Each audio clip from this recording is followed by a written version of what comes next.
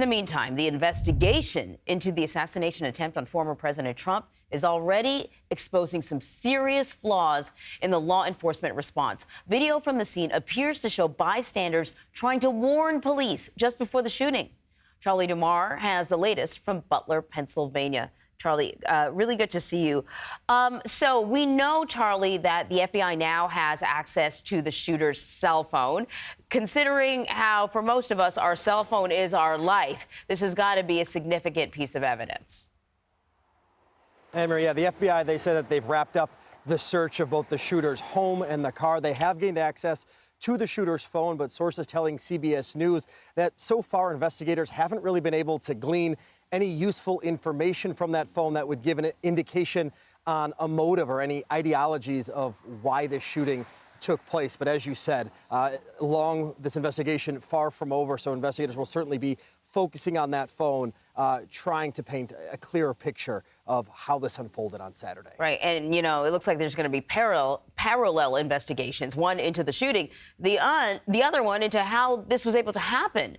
President Biden called for an independent investigation into the response. What does that entail? Because I would think that the Secret Service shouldn't be investigating itself.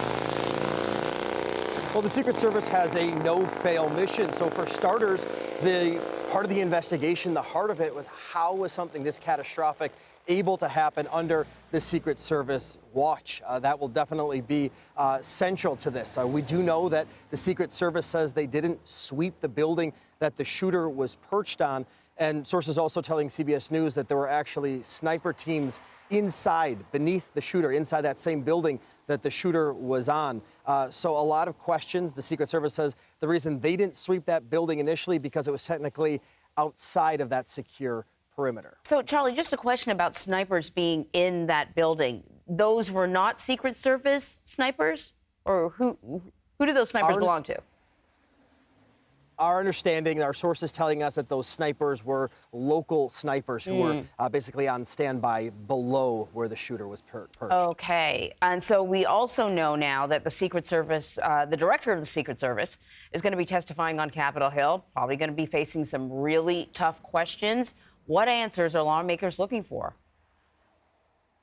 There have already been calls for the director to step down. She has said that she doesn't plan on stepping down. She did take accountability in her role in what happened here Saturday, ultimately saying that the buck stops with her. She is the director of the Secret Service, and this was considered by many a failure in their no-fail mission. So accountability will certainly be a focal point of those questions from lawmakers. Yeah, talk about the hot seat. She's definitely going to be on it. Charlie, thank you very much.